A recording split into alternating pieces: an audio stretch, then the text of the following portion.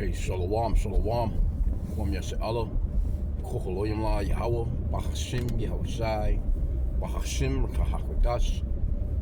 Double honors to our apostles and elders, a great millstone who rule well and that by the Spirit taught us to speak the truth.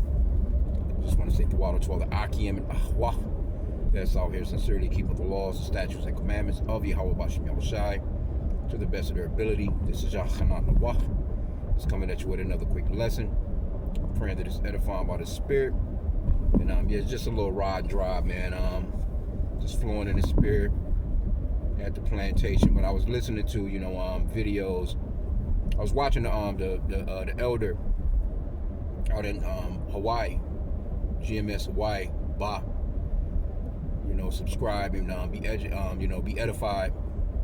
They always going into some beautiful lessons, but he was going off into the point of, he was showing this clip from the Cosby Show back in the days, and I remember that show.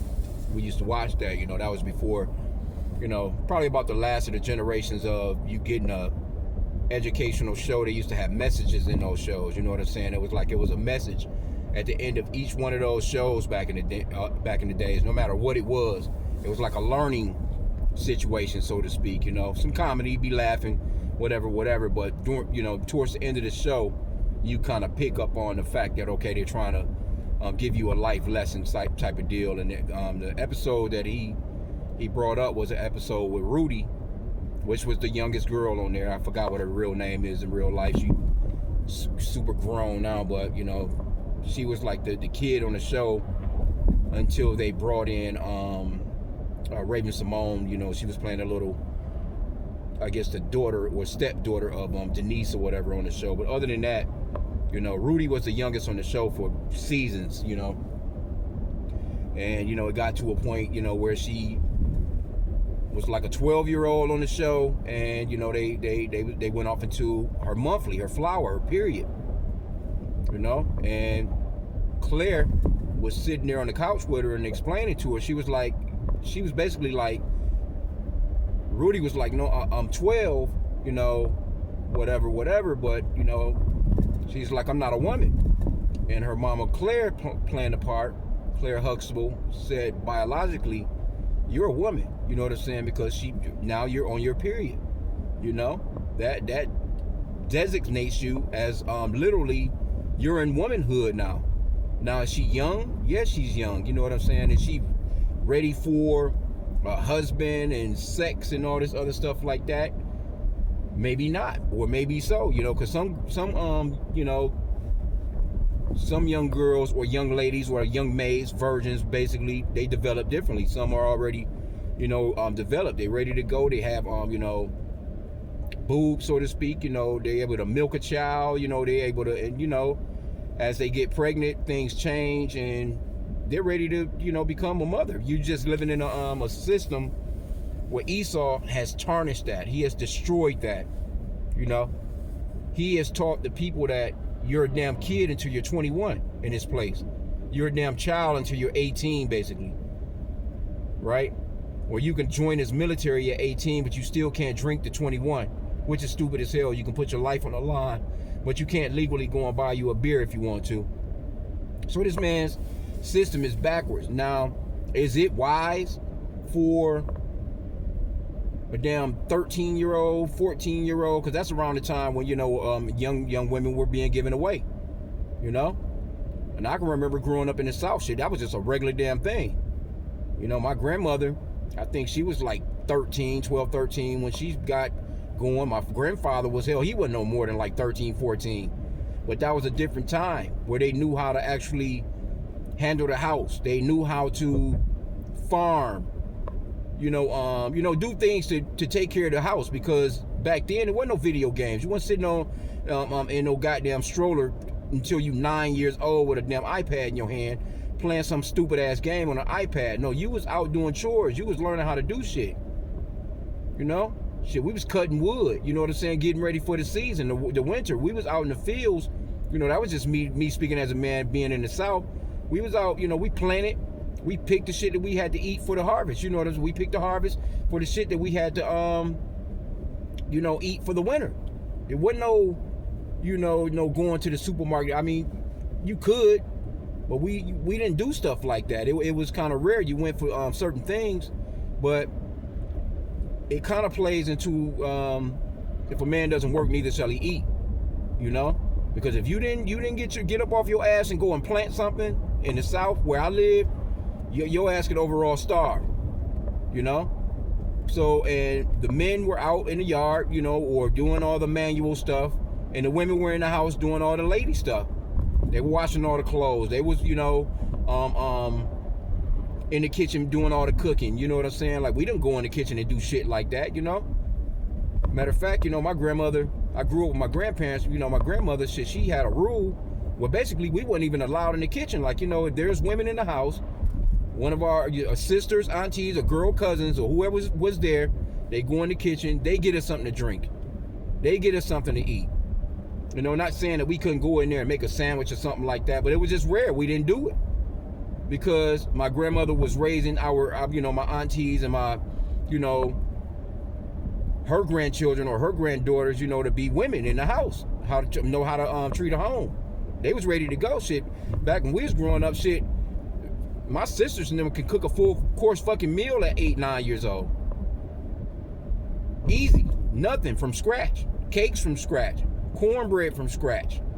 Cutting up greens, cutting up potatoes, cutting, you know, shucking corn, doing all those different things because that was a different time period. Esau gave you this bullshit ass time period that, or his bullshit narrative that, okay, these people are kids until they're fucking 21. It's just stupid. It's backwards. That's why we call it the reverse man. So when the apostles was going off into the history of it, you got Jake. They embarrassed of the history of Israel. They're ashamed of the gospel. They're ashamed of Yahweh B'Shem Yahushai. They're ashamed of his ways. And the Lord's ways are higher than our ways, man. His thoughts are higher than our thoughts. Here you go. You got people out here, man, not, you know, you having or not having kids. You having your first fucking child at 40. That shit is stupid. First off, you're worn out. At that point, you might as well just give up the ghost. You shouldn't even, you know, by the time the kid actually turns this 18 that they talking about, your ass in your 60s, damn near. You're worn out. You got to work 3-4 jobs. See, Esau, he just made shit incredibly hard. And you can't mix an Eastern book with Western society, man. It's backwards. Esau too damn backwards, man. He's too backwards. Everything that this man touches is just in reverse. Is backwards. There's no life to it. The Lord said, be fruitful and multiply. This motherfucker set up Planned Parenthoods, man, to kill the kids, the abortion. You know how he gets down, man. If it was up to him, you wouldn't be having no kids at all. But he's made it. He's given the women free reign. His feminism. You know, you can go out and have a career until you're 35, 40. Oh, my clock is running down. Let me find somebody. Let me freeze my eggs. Who the fuck freezing eggs, bro? That shows you how backwards this man is. His science. You know? He's fucking with the food to the point where it's playing with everybody's hormones and shit like that anyway. But it's nothing for a young woman to get pregnant. You look throughout the Americas right now, every year. Come on, bro.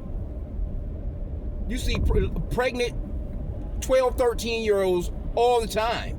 It's not super regular now, but it happens. There's a chick here, right here in Detroit. Well, she was 16, I think.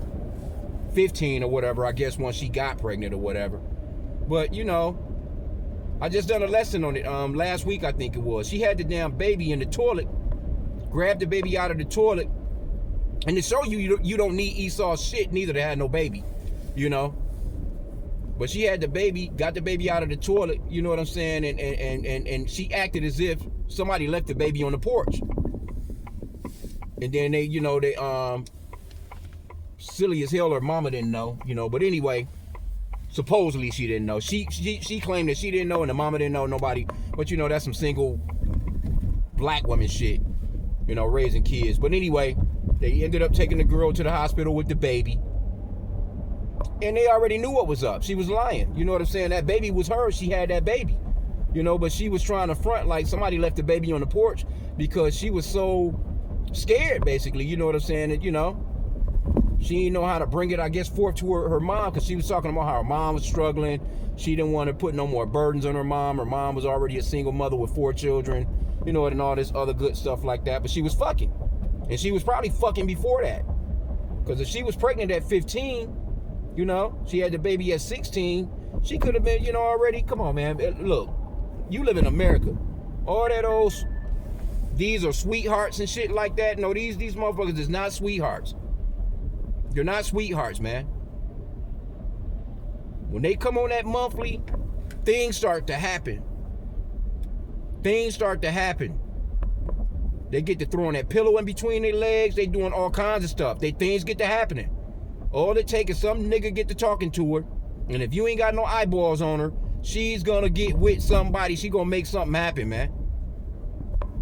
Shit, I grew up, you know, that shit like that. I grew up as a kid.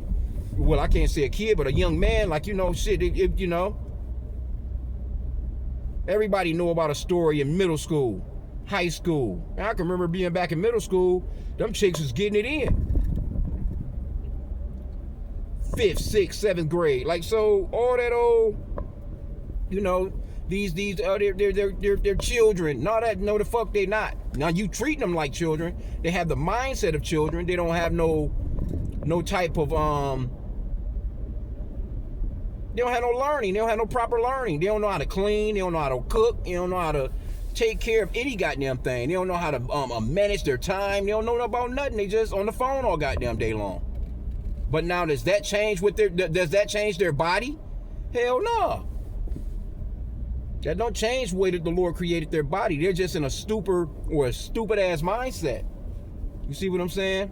So, you know, I'm gonna end out there. I didn't want to keep it long. I'm pretty much about at my destination. But I was looking at the video with that, and if you want to watch that, that was a great episode when Rudy was sitting on the couch talking to Claire, man, and Claire broke the shit down to her, like, nah, you a woman. You're about to, you know, one day you're gonna have babies. You know what I'm saying? She broke that shit down beautifully, man. And I remembered that episode, and that was the spirit that the elder brought that out. You know what I'm saying? Because he played the clip. I'm like, okay, bet. You know what I'm saying? Because back in the days, you used to have that talk.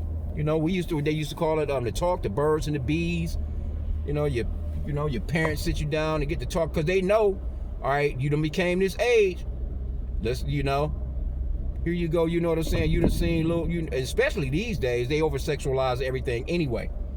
But, you know, back in my days, you know what I'm saying? Like, you know, you get the little, what's that? Them little porn mags and shit. I remember, you know, we'd be walking to school and shit. You'll see a damn magazine in the alley or some shit like that. Like, oh shit, what's this? Now you looking at pubic hair, you looking at vagina, you looking at tits. Like, oh, you know what I'm saying? And we was, you know, just amazed. Like, oh shit. And all we talked about was girls and stuff, man. Once we, you know, when we got a certain age and stuff like that, man, you was ready to rock. And just so happens, see, it's these old. That's why, you know, it's the older guys was the ones that had the you know, the mentality or the game to actually step to these younger girls. Like, the girls weren't dealing with somebody that was the same age as them in school. Just like when I was, you know, it was always a couple of years off. Because at that point, you kind of grew some confidence. Now you know how to talk to them. You know how to kind of finesse them. You spitting game to them. It was just kind of like, you know, the guys who was the same age as them. It was just like, you know, it was kind of like, you know, some old play, all that bullshit. But them older guys, you know, shit, they like 17, she's 13, 14. They know how to pull up on her. And she with it. So don't let these emotional ass niggas, you know, throw you off when it comes to the scriptures, man. You can't be ashamed of the scriptures, man. You know? That's what it is. They're ashamed of the gospel. You know, this dude, he calling the apostle a piece of shit, man. He's not my apostle. Anybody saying you can grape 12-year-olds. Look, man, the apostle just explaining to you what was going on in the ancient day. That's really still going on today. It's just out of order. You know, your father had control over you at that time. There was a transaction that went down, so to speak. There was agreements that went down, and you was handed off to some older nigga, and he was banging you out anyway. Next thing you know, shit, by the time you was 15, 16, 17 in the kingdom, I mean, in the ancient days, you'd have had 4 or 5 kids. Easy, nothing. All stair steppers. I remember they used to call it stair steppers. They like, God damn, you know, every year you was pregnant. That was a big thing. It wasn't no, I'm having a baby. I'm gonna lay off this for 3 years. No, I don't want to have no more kids. Let's wait till 5. Johnny's 5 or whatever the case may be. No, every fucking year, soon as she got ready to go again, her ass was pumped back up again. I can remember that even when I was growing up. Like, damn, you pregnant again? Keeping them pumped up. But anyway, I'm gonna end out there. You know, I'm at my little location almost here. So, you know, hey, Shalom, man. Don't let these people. When you come into this truth, you know, the beloved brother in GMS Birmingham, he said, look, this is not for the faint-hearted. you faint-hearted, this truth is not for you, man, because this things in the scriptures, it handles all of life, man. Everything. Some things that may sound gross, some things that may sound happy, you know, whatever. The Lord, it covers everything, man. So you got to keep that in mind. It comes with a bitter and a sweet, you know? So you got to be able to accept both. You can't just accept the sweet and be like, well, I don't agree with that.